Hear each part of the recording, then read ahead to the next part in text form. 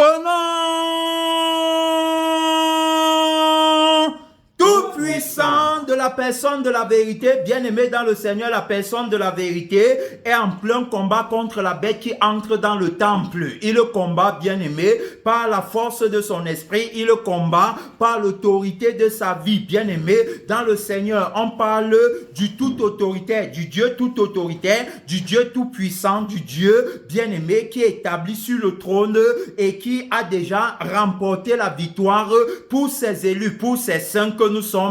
La Bible dit qu'on combat à partir de la victoire, gloire à Dieu, à partir de la victoire du crucifié et Dieu ressuscité. Personne ne compte plus que lui, bien-aimé dans le Seigneur. Mon frère, personne ne compte plus que le Seigneur Jésus, personne ne compte plus que la personne de la parole de Dieu, personne ne compte plus que le ressuscité, plus que le crucifié, personne, bien-aimé, ni dans le ciel, ni sur la terre, ni dans la mer, plus bas que la terre. Il est supérieur, bien-aimé, à tout. La Bible dit que c'est par lui et pour lui que toutes les choses qui sont bien-aimées dans le ciel, sur la terre et dans la mer, plus bas que la terre, ont été créées. C'est par lui et pour lui. Il est le premier-né de toute la création. On parle du Seigneur Jésus-Christ parce que beaucoup aujourd'hui veulent, n'est-ce pas, le mettre en arrière. Beaucoup aujourd'hui, bien-aimés dans le Seigneur, ne veulent pas reconnaître l'autorité, bien-aimée,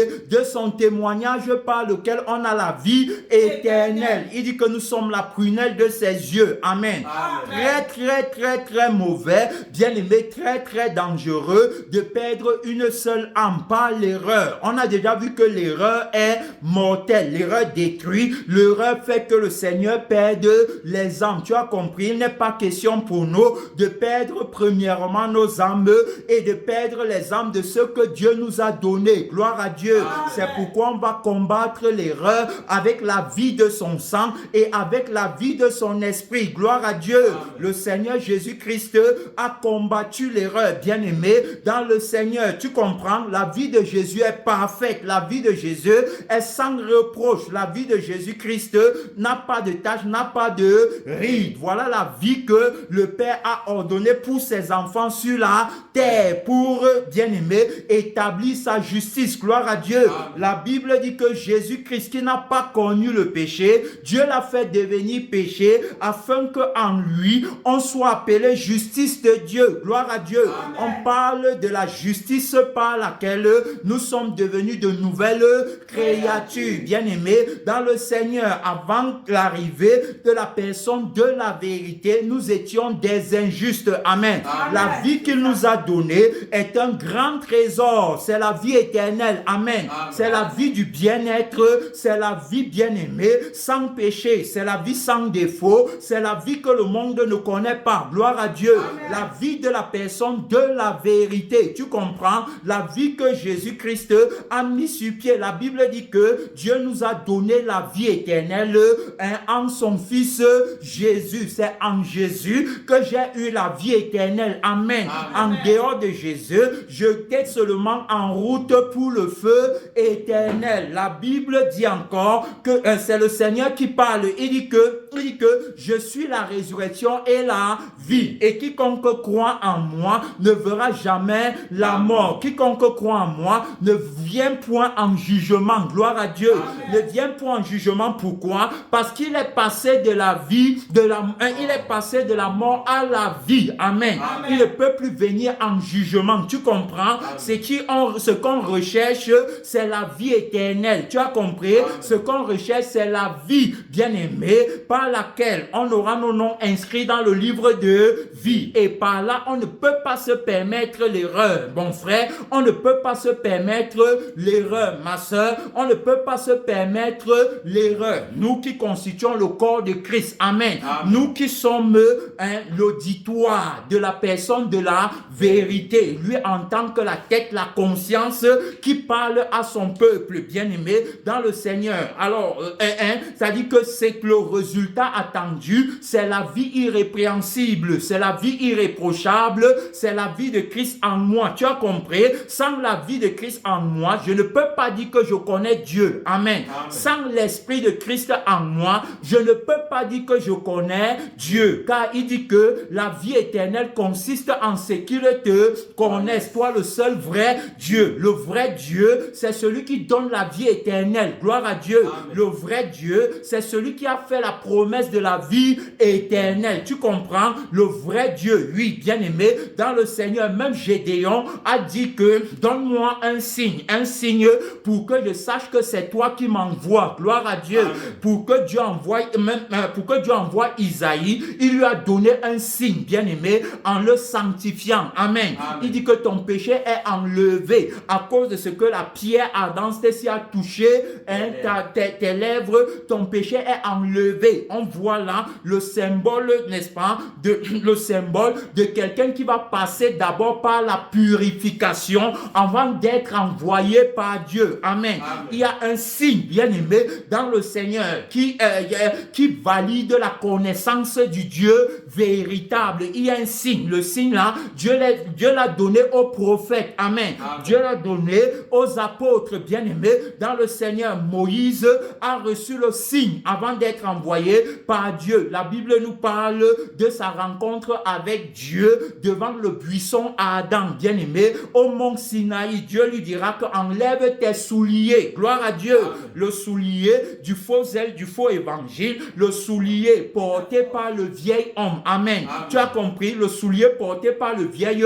homme, c'est la vie du vieil homme qui porte le soulier du faux zèle de l'évangile, le soulier de la force qui vient de toi et non de moi. Enlève le soulier là, j'ai un autre soulier pour toi. Amen. Amen. Alors on voit ici la crucifixion de la première vie, tu comprends, et la résurrection de la seconde, qui est la vie par laquelle Dieu va visiter son peuple. Amen. Amen. C'est par Moïse qui va visiter son peuple. Tu as compris? Avant ça, il doit d'abord le sanctifier. Je suis en train de te montrer que Dieu ne peut pas, bien aimé, t'envoyer sans t'avoir sanctifié. Et tu ne peux pas dire que tu le connais s'il ne t'a pas sanctifié. Amen. Amen. Moïse, au mont Sinaï, est la préfiguration de la personne de la vérité. Il est la préfiguration de l'homme nouveau. Tu as compris? Alors, mis sur pied par la personne de la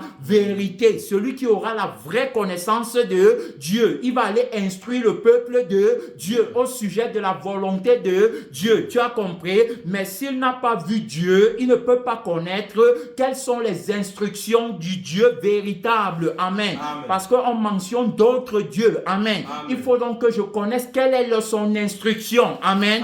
Amen. La Bible parle d'Abraham qui avait foi en Dieu et cela lui fut imputé à justice. Alors par la foi, il a obtenu la vie éternelle, puisque la Bible nous parle bien, n'est-ce pas, de la personne de la vérité, c'est-à-dire du Seigneur Jésus, qui va réprimander les pharisiens en leur disant que Dieu n'est pas le Dieu des morts, il est le Dieu des vivants. Il dit, je suis le Dieu d'Abraham, le Dieu de Jacob et le Dieu d'Isaac. Tu comprends? Ceux à qui je me suis fait véritablement connaître ont la vie éternelle. C'est pourquoi je les ai donné la vie éternelle. Donc, ils me connaissent véritablement. Ils savent que je suis le Dieu de la promesse et que j'accomplis la promesse en établissant, bien aimé, la loi de l'esprit de vie. Amen. Amen. Tu as compris? Alors donc, par là, nous ne pouvons pas nous permettre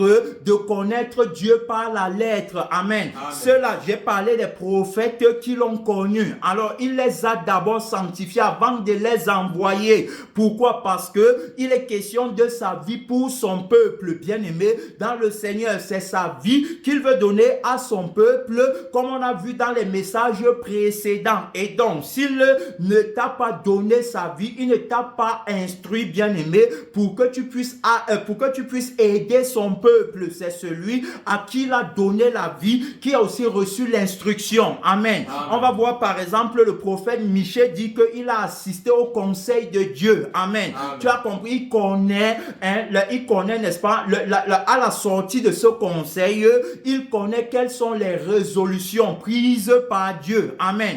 Ce que le vieil homme ne peut pas connaître, c'est l'homme nouveau, bien-aimé dans le Seigneur. C'est pourquoi, alors, il est question ici de comprendre que on ne connaît Dieu que par le témoignage de la parole. Tu as compris, comme on l'a dit précédemment, c'est pas le témoignage de la parole. Amen. La parole qui est une personne. La personne de la parole parle de sa vie. La personne de la parole parle de son esprit. C'est quand tu reçois l'esprit de la parole et la vie de la parole que véritablement tu connais Dieu. Amen. Alors tu vas connaître Dieu à partir de cette vie et à partir de l'esprit qu'il t'a donné. La Bible dit heureux les cœurs purs car ils verront Dieu. Matthieu 5, 8, heureux les cœurs purs car ils verront Dieu. Alors qui donne le cœur pur, bien-aimé dans le Seigneur, si ce n'est Dieu, gloire à Dieu, en dehors de Dieu qui est capable de donner le cœur pur. Dans Ézéchiel 28, c'est ça non? Ézéchiel 28, il dit je vous donnerai un cœur nouveau et je mettrai en vous mon esprit. C'est ça non? C'est Ézéchiel 28. Si je ne me trompe, permettez-moi d'aller chercher, bien-aimé dans le Seigneur. Alors donc ici là, Ézéchiel 28, je t'amène avec moi dans la parole de Dieu, bien-aimé. On est parti avec la personne de la vérité. On est en train d'étudier la parole de Dieu. Ézéchiel 28, ce n'est pas ça. Ézéchiel 25, je m'en vais là-bas. Bien-aimé dans le Seigneur, Ézéchiel 24, je ne trouve pas le passage. Je vais revenir par la grâce de Dieu. Je n'ai pas le passage. Je vais revenir, mon frère, ma soeur. Mais il est question, n'est-ce pas, de celui qui donne le cœur nouveau conformément à sa promesse. On va voir, bien-aimé, que la promesse, n'est-ce pas, c'était de donner le cœur nouveau. C'était, n'est-ce pas, de mettre son esprit en nous pour qu'on puisse obéir à sa loi, pour qu'on puisse vibrer en phase avec sa loi. Bien-aimé dans le Seigneur Jésus-Christ, merci beaucoup. Donc, c'était pour que, c'est dans Ézéchiel 36 à partir du verset 25. Tu comprends? 36 à partir du verset 25. Qu'est-ce que la personne de la vérité nous dit ici, mon frère et ma soeur? Tu comprends? Ce n'est pas préparé. C'est le Seigneur Jésus qui parle maintenant de sa vie. Donc, Ézéchiel 36, verset 25. Je répandrai sur vous une eau pure et vous serez purifiés. Je vous purifierai de toutes vos souillures et de toutes vos idoles. Tu as compris? La promesse, c'est de nous purifier, c'est de nous sanctifier. La promesse, c'est de nous rendre libres à l'égard du péché. Tu as compris?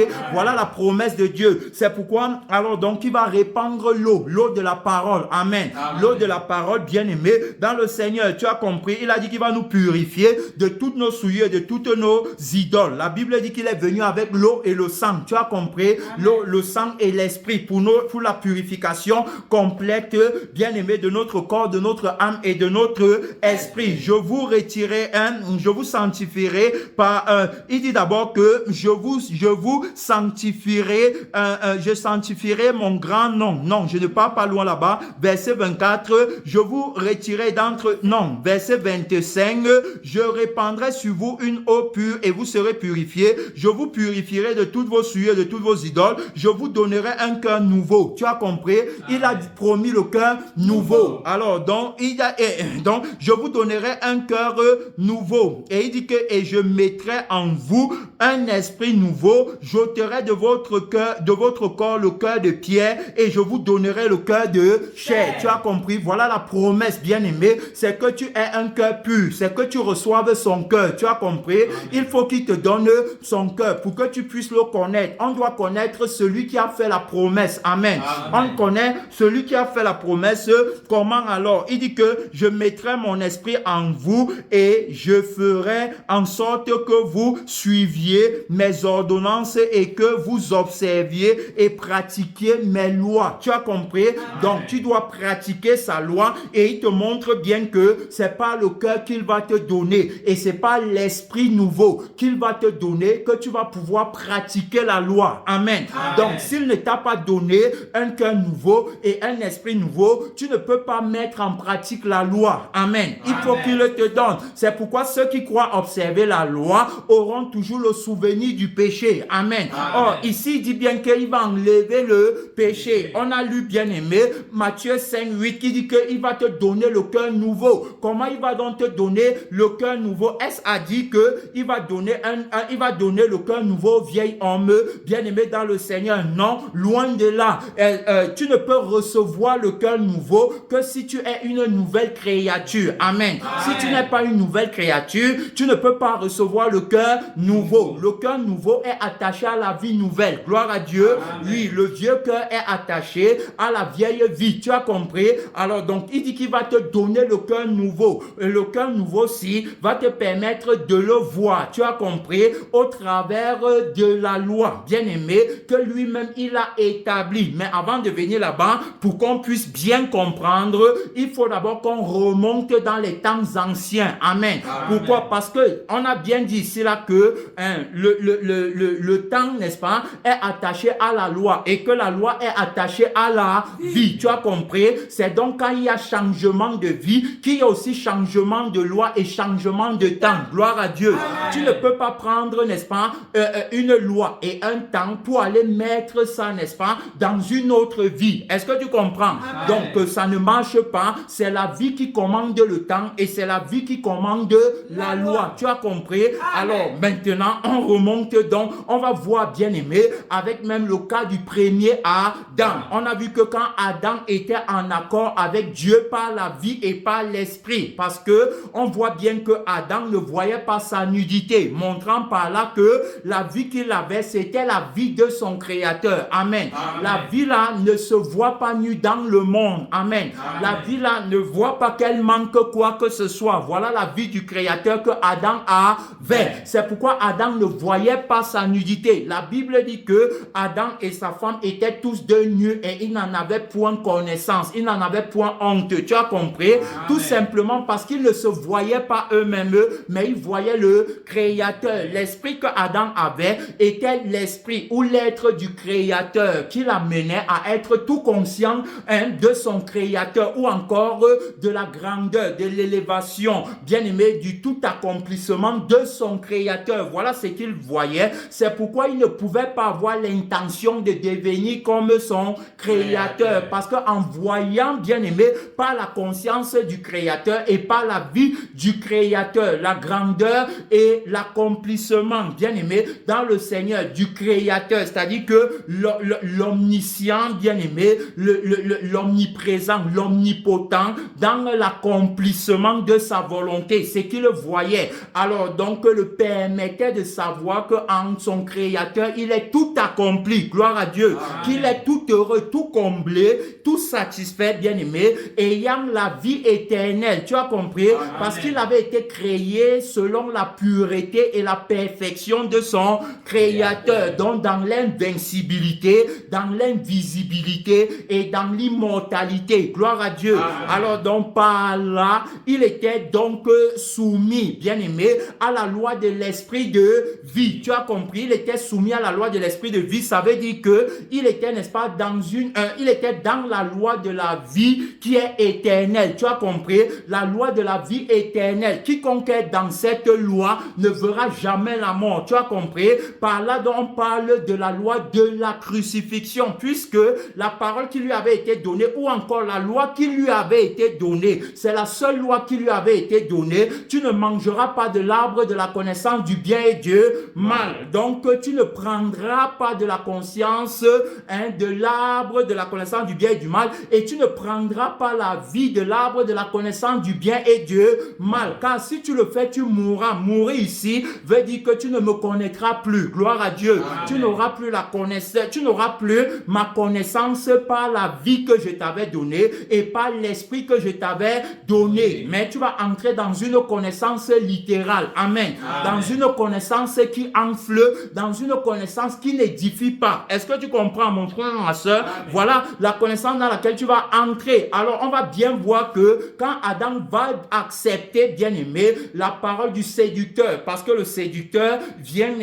le séducteur vient vers lui avec la parole de devenir. Si tu mens, tu vas devenir comme Dieu. quand il va accepter ça, il va sortir complètement de la vie et de l'Esprit de Dieu, autrement dit de l'arbre de vie, gloire à Dieu. Amen. Et il va entrer maintenant dans la vie et dans l'esprit de la personne Dieu, mensonge, père des menteurs, père des injustes, bien-aimés, père de la vie du péché, homme du péché, la bête qui entre dans le temple, il va prendre contrôle du temple qu'est Adam. Automatiquement, il va donc imposer sa vie et il va imposer sa conscience, gloire à Dieu. Amen. À partir de ce moment, Adam est donc dans l'arbre de la connaissance du bien et du mal, c'est-à-dire que la connaissance du bien sera en fonction de la vie du menteur en lui, amen.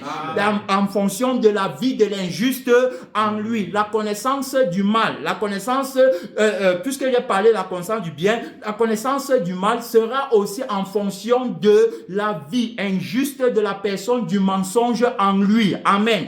Alors donc à partir de là également, on voit donc Adam, n'est-ce pas, entrer dans une autre vie, amen. Et donc comme il est entré dans une autre vie, il est aussi entré dans une autre loi, amen. C'est-à-dire que la loi maintenant du péché et de la mort va voir le jour à cause de la vie qu'il vient de prendre, tu as compris? Parce qu'il faut noter que la loi défend les intérêts de la vie, amen.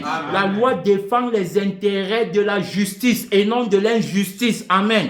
Alors la loi, bien aimée, c'est pour la vie, ce n'est pas pour la mort. Donc ici là, il va donc pas, ayant pris la vie de Satan, il entre dans une autre loi et il entre dans un autre temps, amen.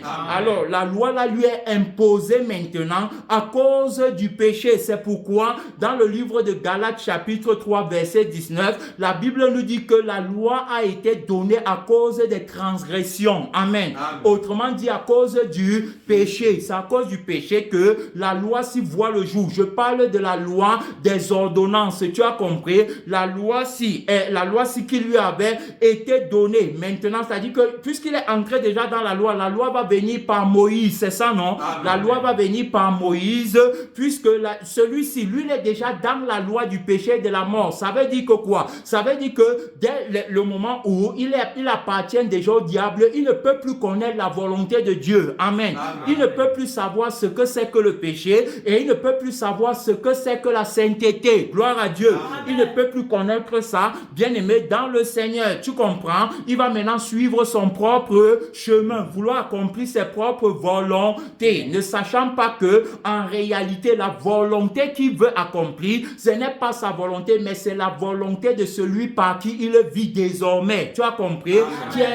Qui est l'injuste, bien aimé, propriétaire de la vie de l'injustice contre laquelle la loi a été établie, tu comprends? La loi est contre lui. Donc voilà comment il ne peut plus connaître, il ne connaît plus, bien aimé, le vrai bien et le vrai mal, étant entré dans l'arbre de la connaissance du bien et du mal, tu as compris? Il ne connaît plus, bien aimé, dans le Seigneur. Alors donc maintenant il faut que le Créateur l'aide. Pourquoi? Parce que c'est ça quand même sa créature, tu as compris? Pour que le Créateur va l'aider. Le Créateur va donc établir la loi des ordonnances, tu as compris? Pour l'aider à comprendre que désormais il ne peut plus obéir à Dieu parce que le péché a pris vie en lui, amen. Le péché est une personne qui va habiter en toi et qui va accomplir ses désirs en toi. La Bible dit dans le livre de Genèse 4, Dieu parle à Caïn et il dit que le péché couche à ta porte et ses désirs se portent vers toi. Donc le péché, c'est une personne qui a ses désirs et qui veut satisfaire ses désirs au travers de toi. Lui-même, il voulait devenir comme Dieu. C'est pourquoi il est tombé du ciel. Je voyais Satan tomber du ciel comme un éclair. Amen. Alors automatiquement, il est venu vers toi animé d'une grande colère. Il ne veut pas partir dans le feu seul, il veut partir avec toi. Et c'est alors donc, bien aimé, par la vie de sa chute, qu'il veut partir avec toi dans le feu éternel. Tu comprends? Donc mon frère, ma soeur, voici alors où tout commence, voici comment la loi voit dans le jour. Oh, alors la loi doit te conduire. Regarde, quand Adam pêche, il est chassé du jardin d'Éden. Gloire à Dieu. Amen. Il est chassé. Et les chérubins, Dieu va ordonner aux chérubins de protéger l'entrée du jardin. Donc, de protéger l'arbre de vie. Amen. Amen. L'arbre de vie, bien-aimé, est attaché à la loi de l'esprit de vie. Amen. Amen. C'est-à-dire que pour que tu aies droit à l'arbre de vie, qui est la vie éternelle, il faudrait que tu sois dans la loi de l'esprit de vie. Gloire à Dieu. Amen. C'est pour ça que quand Adam était dans la loi de l'esprit de vie, Dieu ne l'avait pas chassé du jardin. Amen. Dieu n'avait pas mis les chérubins pour protéger l'arbre de vie. Tu as compris? Mais quand il va pécher, il sera chassé du jardin. Et il ne peut plus avoir accès à l'arbre de vie. Maintenant, il est dans l'arbre de la connaissance du bien et du mal. Et donc, bien aimé, la loi qu'il va observer, il entre aussi dans la loi du péché et de la mort. Je ne sais pas si tu comprends. Amen. Maintenant, ce n'est plus l'arbre de vie, mais maintenant c'est l'arbre, c'est maintenant l'arbre de la loi, du péché et de la mort. Voilà là où il est, voilà là où il se situe, mon frère, ma soeur. Il ne faut pas que tu oublies ça, voilà où il se situe. C'est à partir donc de cette réalité, bien aimé, qu'il veut obéir à Dieu. Tu comprends? Mais il ne peut plus véritablement obéir à Dieu, puisqu'il ne connaît plus le vrai Dieu. Amen. Ayant perdu la réalité de l'arbre de vie. Tu comprends? J'ai bien dit qu'il ne peut plus connaître le bien et le mal. Quand il était dans l'arbre de vie, il savait que le bien, c'est la vie éternelle. C'est pourquoi on a bien montré qu'il appréciait la vie et l'esprit du Créateur en lui. La vie du bien-être, c'est la vie éternelle. Tu comprends? La vie qui ne meurt pas. La vie de l'invincibilité et de l'immortalité. Gloire à Dieu. Amen. Voilà la vie qu'il avait et c'est pas la vie là qu'il connaissait le Créateur. Tu comprends? Mais maintenant, comme il est dans l'arbre de la connaissance du bien et du mal, il ne peut plus avoir la connaissance du vrai bien et du vrai mal. Et donc, il ne peut plus avoir la connaissance du Dieu véritable et du faux Dieu. Tu as compris? Hein? Le faux Dieu, c'est lui qu'il va connaître. Donc, il va faire sa volonté. Tu comprends? C'est-à-dire que sa volonté, qui est que tu observes la loi des ordonnances, mais avec sa vie, pour que à la fin, tu te retrouves dans le feu éternel et que tu ne sois pas un fils de la promesse. Tu as compris? Que la promesse ne s'accomplisse pas en toi. C'est donc comme ça que il va marcher, bien aimé, suivant donc le chemin, suivant, n'est-ce pas, son propre chemin, c'est-à-dire que voulant couvrir sa nudité. Parce que quand Adam pêche, c'est là où il cherche à couvrir sa nudité. Tu comprends? Comme beaucoup de personnes aujourd'hui qui vont te dire qu'ils connaissent Dieu, mais le Dieu qui les amène à couvrir leur nudité dans le monde. Amen. Amen. Le Dieu qui les amène à prendre conscience d'eux-mêmes et de leur nudité dans le monde. Ils sont donc dans le temps, bien-aimé, de la loi, des ordonnances à cause de la vie du péché. Amen. Amen. Et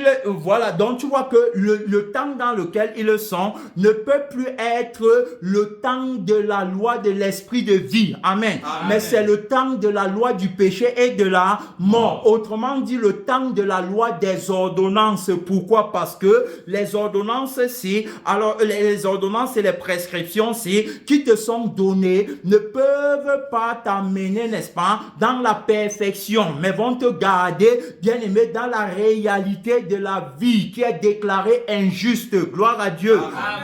Donc, par là, on va voir que le Seigneur va donner la loi. Le Seigneur a donné la loi pour protéger sa vie. Et ceux qui vont observer la loi, bien aimés, vont l'observer. Regarde que dans le premier temps, puisque on a bien vu qu'on ne peut pas changer de loi, on ne peut pas changer de temps et de loi sans que la vie ne change. Tu as vu que la vie d'Adam a changé. C'est pourquoi la loi a aussi changé et le temps a changé. Tu as compris? Et donc, on va donc parler, bien aimé, du temps de la loi. Tu comprends? Le temps de la loi consistait donc à observer les ordonnances relatives à cette loi pour dire qu'on connaît Dieu. Amen. Tu comprends? Donc, pour connaître Dieu dans le temps là, il fallait observer la loi qu'il avait donnée à son peuple. Est-ce que tu comprends? C'est pourquoi Hébreu nous montre bien que dans le temps de la loi, le tabernacle était physique, les sacrifices, bien aimés, c'était les sacrifices des animaux. Tu comprends? Le sang qu'on offrait, c'était le sang des boucs et des taureaux. Mais maintenant, il nous montre que le sang là ne pouvait pas apporter la pureté. Tu comprends? Ne pouvait pas purifier la conscience. Mais le sang là qu'on offrait pour les sacrifices ne purifiait que la chair. Amen. Donc, c'était la purification à l'extérieur. Ça ne purifiait pas l'intérieur. C'est pourquoi ils ne pouvaient pas entrer au ciel, peu importe leur sacrifice. Amen.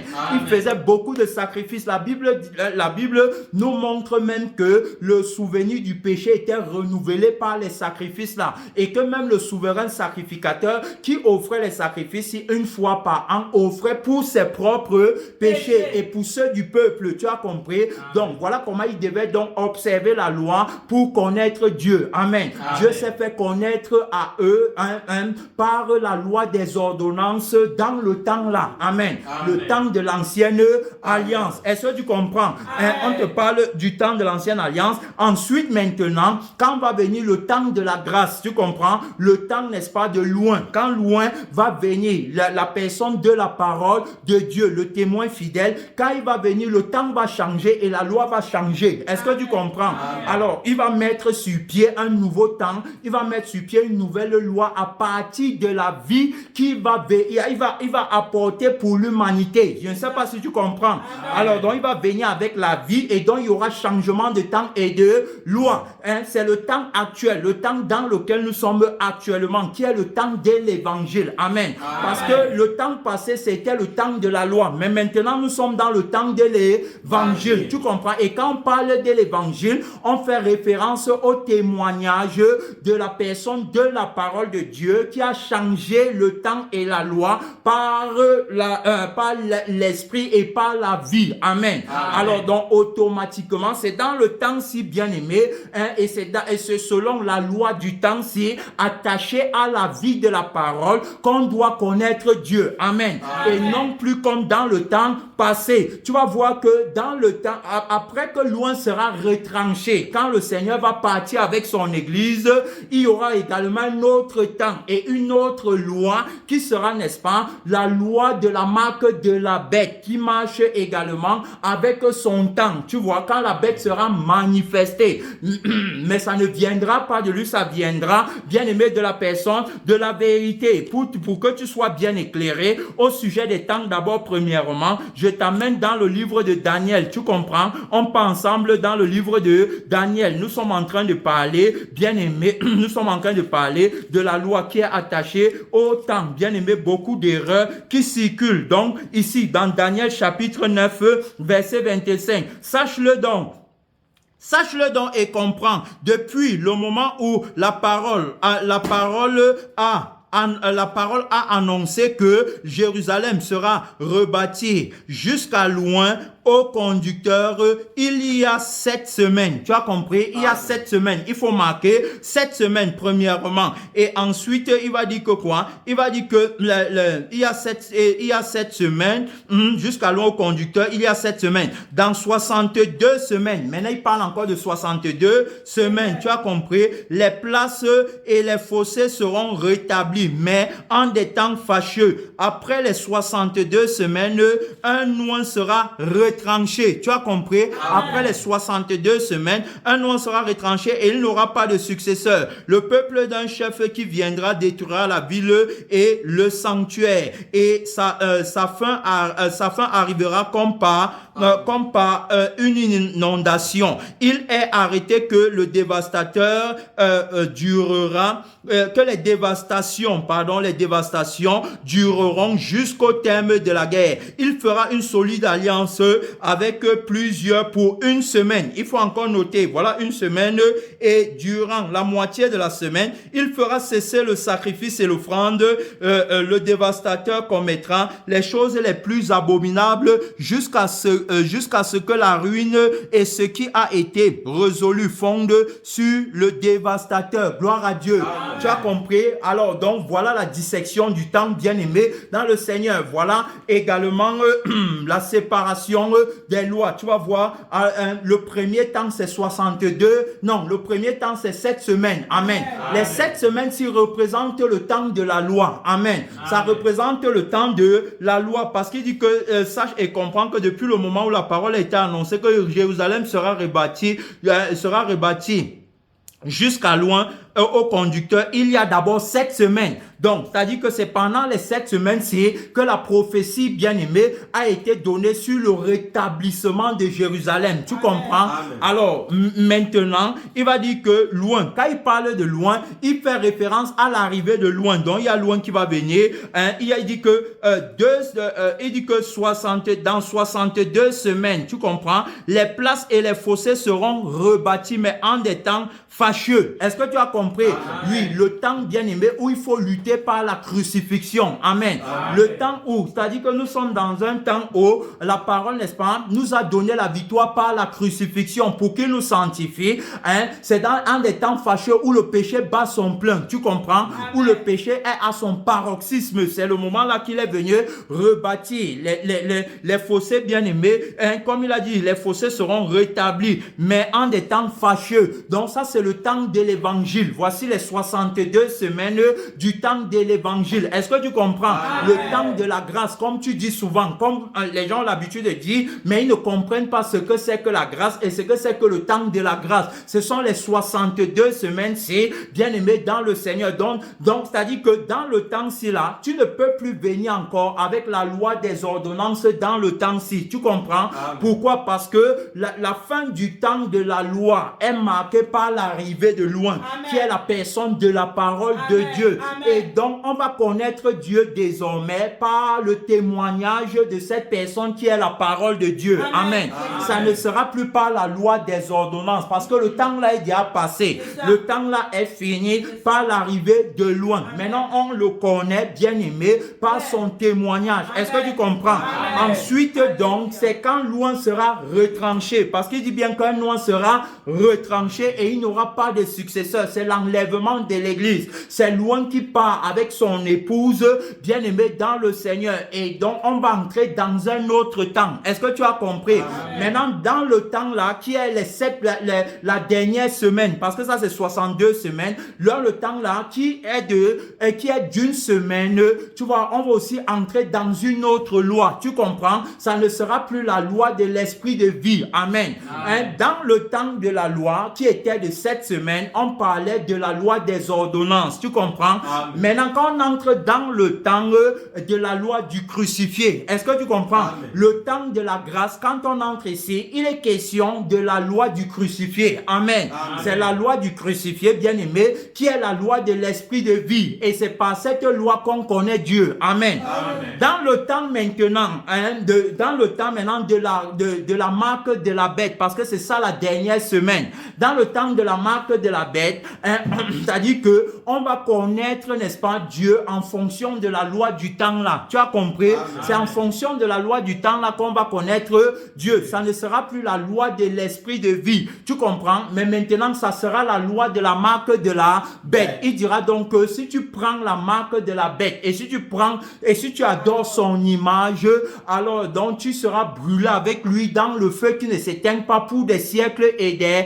siècles. La Bible nous le dit dans Apocalypse. Tu as compris? Donc tu ne prends pas la marque de la bête. Voilà une autre loi. Amen. Amen. Tu vois donc on fait face à 3 lois et à 3 temps avec, n'est-ce pas, c'est-à-dire que 3 vies bien différentes. C'est-à-dire que la vie de départ, ce n'était pas la vie bien aimée, la vie de départ qui observait la loi. On a bien vu que c'était la vie de la chair. Amen. Amen. Pour ça que la loi avait été établie. Maintenant, la vie présente, c'est la vie de loin. C'est avec sa vie qu'on observe sa loi. Amen. Tu comprends? Alors donc, c'est avec la vie ici qu'on observe sa loi. Dans le temps maintenant de la grande tribulation, le temps, n'est-ce pas, de la loi de la marque de la bête, on parle également d'une autre loi attachée à une autre vie. Amen. Regardez bien aimé, dans le livre d'Isaïe 61, la Bible dit ceci, puisqu'on parle de loin, la Bible dit ceci: l'Esprit du Seigneur, l'Éternel est sur moi, car l'Éternel m'a oint pour porter de bonnes nouvelles aux malheureux. Tu as compris? Il m'a oint pour porter la bonne nouvelle aux malheureux. Le malheureux, c'est celui qui n'a pas la bonne nouvelle, mais qui a plutôt la mauvaise nouvelle. Amen.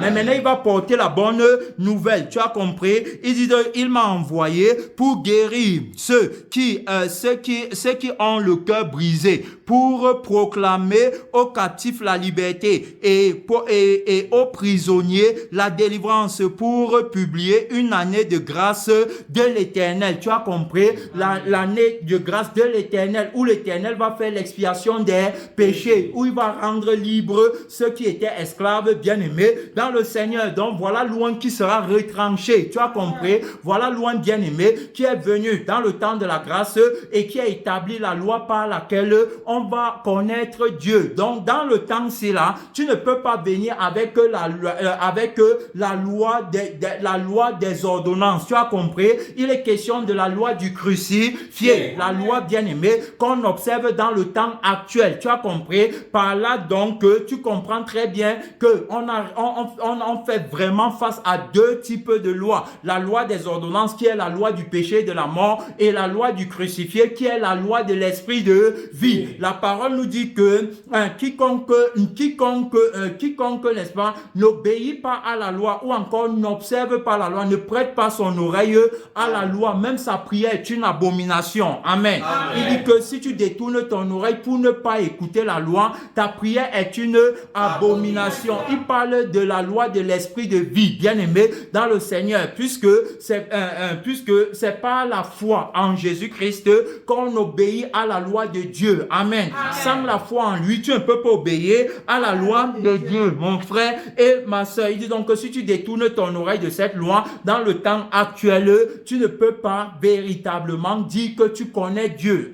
Celui qui connaît Dieu va obéir à la loi de Dieu, la loi du crucifié. Tu as compris? Et quand il faut établir le jugement ne se fera pas en fonction de la loi des ordonnances, mais en fonction de la loi du crucifié. Amen.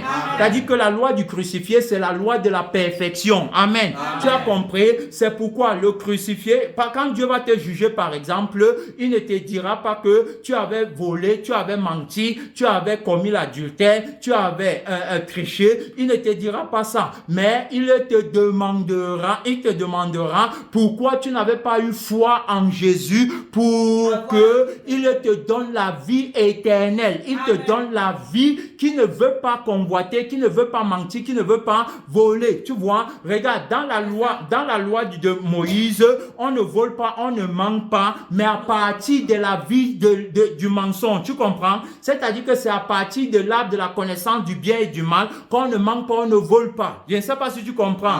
Donc à partir de la vie et de la conscience du mensonge, c'est-à-dire que quoi? J'ai envie de voler, j'ai envie de mentir, j'ai envie de commettre l'adultère, mais c'est la loi qui me retient. Amen.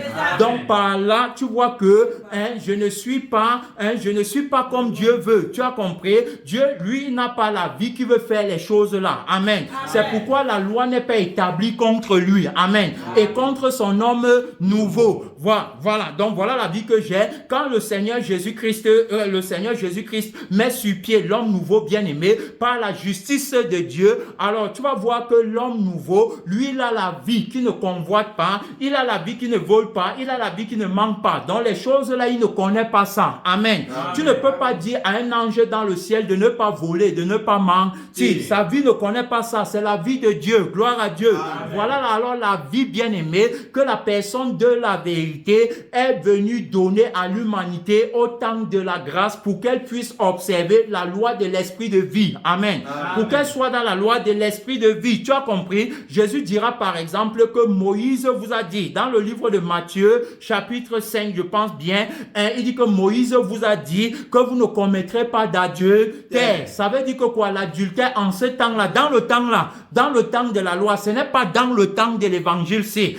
Moïse vous a dit que vous ne commettrez pas d'adultère. Mais moi, je vous dis que si quelqu'un regarde une femme pour la convoiter, dans le temps actuel, il a déjà commis l'adultère avec elle dans son cœur.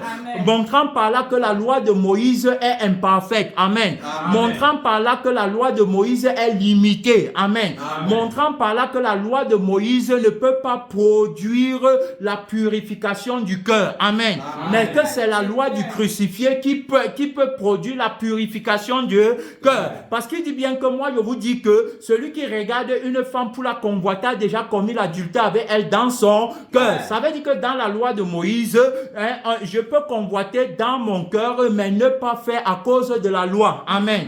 Mais maintenant, dans la loi de Jésus-Christ, même si je ne peux pas poser l'acte de l'adultère, à partir, n'est-ce pas, du cœur qui convoite, je suis déjà un pécheur. Amen. Alors, maintenant, comment est-ce que je vais être délivré alors pour connaître, n'est-ce pas, le Dieu qui a dit que regarder une femme pour la convoiter, j'ai déjà péché avec elle. Comment je peux dire que je connais le Dieu là, attends que la convoitise agit en moi, tu vois, donc je ne le connais pas. Amen. Maintenant, il va faire en sorte que je le connaisse, parce qu'il a bien dit qu'il va nous donner le cœur pur. Amen. Comment donc il va faire que je le connaisse? Il va faire que je le connaisse en crucifiant la vie et la conscience qui regarde la femme pour convoiter. Amen. Et il va me donner par la résurrection la vie et la conscience qui ne regarde pas pour convoiter, mais qui regarde bien aimer pour aimer l'âme. Amen. Qui ne regarde pas pour convoiter. Donc quand il te donne bien aimé sa vie à lui, quand tu regardes comme lui regarde. Amen. Tu vois comme lui il voit, tu entends comme il entend et tu parles comme lui il parle. Amen. Donc désormais quand je regarde, n'est-ce pas, une femme, ce n'est plus pour la convoiter, mais je vois la beauté de l'âme, de la personne de la vérité en elle, autrement dit la beauté de l'âme de Dieu en elle et la beauté de l'esprit de Dieu en elle, comme Adam et Ève au départ avant qu'ils ne pêchent, puisqu'ils ne se voyaient pas nus. Amen.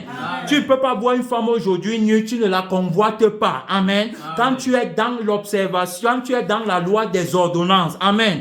Mais quand tu es dans la loi du crucifié, tu peux voir une femme nue, ça ne te dit absolument rien. Parce que dans la loi, si les yeux changent également, tu as compris? Donc, dans la loi du crucifié, on voit la perfection, bien aimée, de la vie qui observe la loi. Tu comprends? On voit la perfection de l'esprit qui observe la loi. Par là, donc, on dit qu'on connaît Dieu. Amen. On connaît Dieu par la loi du crucifié, en ce que par cette loi, il nous a donné la vie qui ne pêche pas. Amen. La vie qui ne convoite pas, la vie qui ne regarde pas pour convoiter. Tu comprends? La vie qui m'a été donnée dans le temps de la grâce où nous sommes actuellement, c'est elle qui me permet de connaître Dieu en esprit et en vérité. Amen. Je le connais parce que il est le Dieu qui a fait la promesse. Et la promesse est accomplie dans ma vie en ce que je ne pêche plus. Gloire à Dieu. Son nom. C'est la parole de Dieu. La promesse est accomplie dans ma vie en ce que je ne pêche plus. Par là, je dis donc que je le connais. Je ne peux pas dire que je connais le Dieu qui a fait la promesse en restant dans mes péchés. Amen. Donc voilà l'erreur que font ceux, n'est-ce pas, qui restent dans le temps de la loi et qui observent la loi au moment où il faut observer plutôt la loi du crucifié. Donc ce qu'ils font, ils mettent la loi qui est la loi de Moïse au-dessus de la loi du crucifié. Pourtant le crucifié dit que vous sondez les Écritures parce que vous croyez trouver en elles la vie. Mais ce sont ces Écritures qui parlent de moi. Mais vous ne voulez pas venir à moi pour avoir quoi? La vie. Alors, ça veut dire que quoi? Moïse lui-même a écrit de moi. Tu comprends? Dans le temps de la loi, Moïse vous a présenté celui par qui vous aurez la vie éternelle au moyen de sa loi. Ça veut dire que la loi de Moïse devait vous conduire à la foi en moi. Amen. C'est pourquoi, toujours dans le même livre de Galates 3, la Bible là-bas nous dit, bien aimé dans le Seigneur, que la loi a été pour nous un pédagogue pour nous conduire à la grâce. Tu as compris? compris? Donc, à la foi en la personne de la vérité. C'est-à-dire que c'est en lui que la promesse est accomplie. Et il va donc dire que une fois que nous sommes venus à lui, on n'a plus besoin de ce pédagogue. Amen. On a besoin, n'est-ce pas, de l'enseignant vivant qui nous enseigne en nous donnant la vie et l'esprit. Amen. Il nous donne la vie directement, bien aimé, dans le Seigneur. Tu as compris? Alors donc, dans le temps, si on parle de lui, je ne peux plus dire encore que je connais Dieu et je reste dans mes péchés. Connaître Dieu dans le temps actuel, c'est-à-dire que les personnes qui disent qu'ils connaissent Dieu en restant dans la loi des ordonnances demeurent dans leur péché. Amen. Amen. Mais celui qui connaît Dieu en se tenant dans la loi du crucifié, celui-là, alors donc est sanctifié complètement. Tu as compris? Je ne vais pas revenir dans le livre des Hébreux, mais si tu veux, je peux revenir pour t'aider, bien aimé, je peux t'aider, bien aimé, dans le Seigneur. 2 Corinthiens 5, 17 nous montre que si quelqu'un en Christ, il est une nouvelle créature. Voici les choses anciennes sont passées. Si les choses anciennes sont passées, ça veut dire que la loi du temps de la loi des ordonnances, du temps de la loi est passée. Tu as compris? Le temps là est passé, la vie là est passée. Maintenant, toutes choses sont devenues nouvelles. Ça veut dire que nous sommes, n'est-ce pas, dans le temps, bien aimé, de la loi de l'esprit de vie, par la vie, bien aimé, qu'on a reçue. Tu as compris? C'est pourquoi on parle de nouvelles créatures. Alors, donc il va dire qu'il n'y a plus de condamnation pour ceux qui sont en Jésus-Christ. Tu as compris? Il n'y a plus de condamnation pour eux. Pourquoi? Parce que, en effet, la loi de l'esprit de vie en Jésus nous a racheté de la loi du péché et de la mort. Nous a affranchis de la loi du péché et de la mort. Car chose impossible à la chair, parce que la loi la rendait sans chose impossible à la loi, parce que la chair la rendait sans force. Tu as compris? Donc, montrant par là que la loi on ne pouvait pas trouver la justice, n'est-ce pas, dans la loi aussi longtemps qu'on restait dans la chair. Amen. C'est pourquoi il dit dans Romains 7 que je parle comme à des gens qui connaissent la loi, que le péché exerce, que la loi exerce son influence sur un homme aussi longtemps qu'il vit. Tu as compris? Donc, aussi longtemps que tu es vivant, la loi va exercer son influence sur toi. Aussi longtemps que tu vis par la personne du mensonge. Amen. Amen. Mais si tu es mort, tu es libre à l'égard de la loi. Et il va développer, il va dire que celui qui est mort est libre du péché. Amen. Amen. Et il montre même encore que le péché n'aura point de pouvoir sur nous. Dans le livre de Romains chapitre 6 au verset 14, il dit que le péché n'aura plus de pouvoir sur nous. Puisque nous ne sommes plus sous la loi, mais nous sommes sous la grâce. Amen. Amen. Alors, il montre clairement que celui qui est sous la loi demeure dans ses péchés. Amen. Amen. Mais celui, n'est-ce pas, qui est sous la grâce, qui est la loi de l'esprit de vie, le péché n'a plus aucun pouvoir sur lui. Il est libre du péché. Amen. Il a été libéré par la crucifixion et par la résurrection. Mais on te dira que on ne prêche pas la crucifixion, que ça vient de Satan. La crucifixion qui sanctifie vient de Satan. C'est parce que ma vie, bien aimée, c'est parce que ma vie est crucifiée dans le monde qu'aujourd'hui je marche dans la sainteté de la résurrection. Amen. Amen. Mais quelqu'un va te faire comprendre que prêcher la croix, c'est prêcher le diable, bien aimé, dans le Seigneur, tout simplement parce que ils veulent garder leur vie, tout simplement parce que ils ne veulent pas bien aimer. Ils savent que le crucifié est la fin de leur vie. Tu as compris? Ils veulent garder leur vie, ils veulent conserver leur vie. Si tu n'as pas connu le crucifié, le ressuscité, comment tu peux dire que tu es né de nouveau? Si tu n'as pas connu le témoignage de la personne de la vérité, comment tu peux dire que tu es un enfant de Dieu et que tu connais Dieu? Tu le connais comment? S'il ne t'a pas sanctifié. Et s'il t'a sanctifié, donne-nous alors le témoignage par lequel il t'a sanctifié. Si tu es sauvé, dis-nous comment il a fait pour te sauver.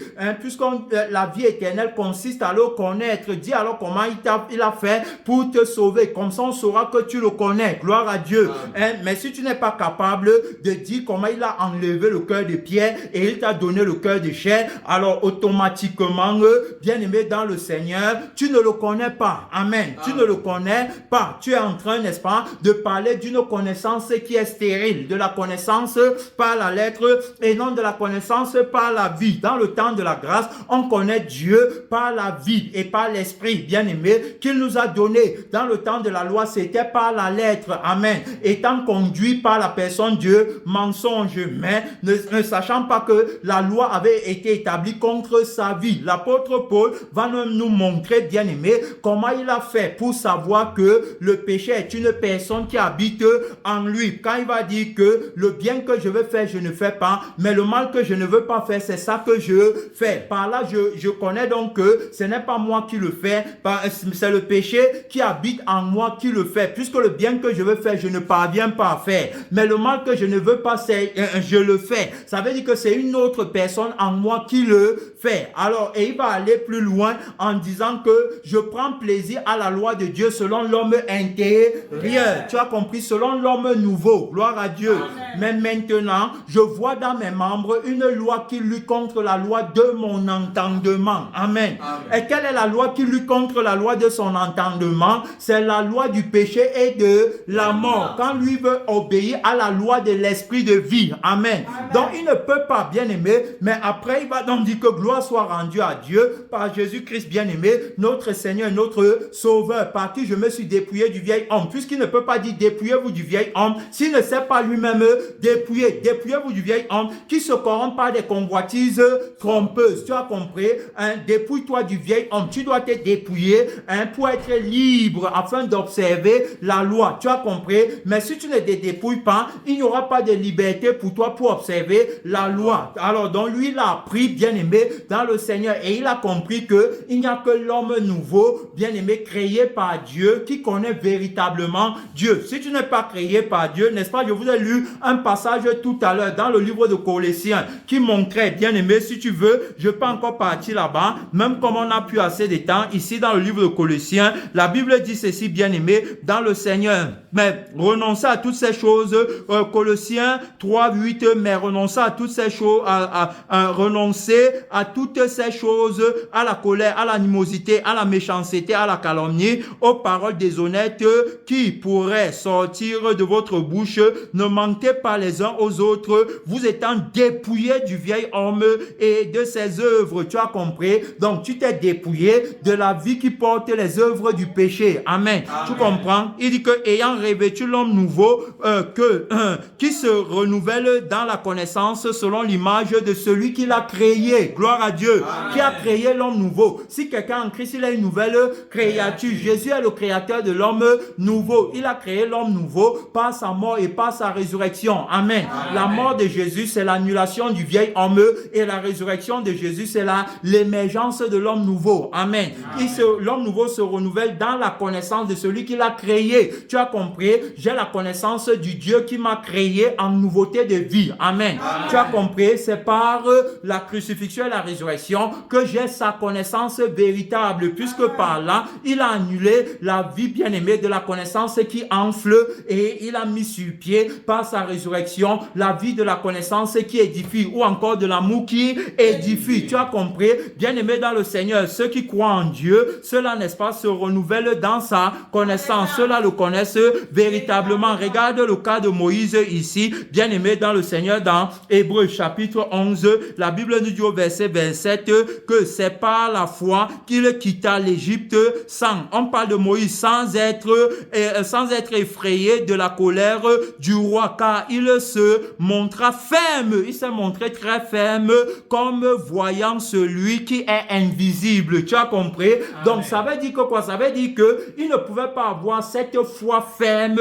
pour résister à la vie du monde, pour résister à la fournaise ardente, bien-aimée, du roi du monde, parce que l'Égypte représente le monde, bien-aimé. Donc il ne pouvait pas avoir la foi là, ferme là, pour résister s'il ne voyait pas Dieu. Amen. Amen. Par conséquent, s'il ne connaissait pas Dieu, c'est parce qu'il connaissait Dieu qu'il a donc résisté à la vie du monde par la crucifixion. Tu as compris? Amen. C'est parce qu'il voit Dieu, bien-aimé, alors donc il n'accepte pas, il ne se laisse pas séduire par la personne du mensonge. Tu as compris? Hébreux 13 ici là nous a montré, bien-aimé, dans le Seigneur, que ceux qui connaissent Dieu, Hébreux 13, 11 à 14, nous a montré que ceux qui connaissent Dieu, ceux-là, n'est-ce pas, vont aller hors de la porte que par la crucifixion. Amen. Parce que Jésus, il montre ici, tu vas lire toi-même, donc c'est 11 à 14 de Hébreux 13. Donc Jésus-Christ, pour nous sauver, est allé hors du camp. Amen. Donc ça montre ici la crucifixion de Jésus pour annuler la vie du péché. Amen. Et donc c'est un témoignage, bien aimé, pour nous également. Donc c'est en allant hors du camp. Autrement dit, c'est en prenant la crucifixion de Jésus, bien aimé, dans le Seigneur, qu'on est devenu véritablement enfant de Dieu, qu'on connaît Dieu. Ceux qui connaissent Dieu vont toujours prendre la crucifixion. Amen. Vont accepter la crucifixion. Parce que par la crucifixion, ils obtiennent la vie éternelle. Amen. La Bible montre ici bien dans Hébreux que c'est par la crucifixion qui nous a donné la vie éternelle. Tu as compris? Et il va encore, bien aimé, nous amener plus loin. Ici, dans le livre de 1 Jean chapitre 5, il va bien dire ici que celui qui croit au Fils de Dieu a le témoignage, a ce témoignage en lui-même. Celui qui ne croit pas, Dieu le fait menteur. Tu as compris? Celui qui croit au Fils de Dieu a le témoignage en lui. C'est pourquoi on te demande ton témoignage par lequel tu dis que tu connais Dieu. Amen. Pour qu'on sache si c'est vrai ou si c'est faux. Et il dit que voilà, il a donc ce témoignage en lui,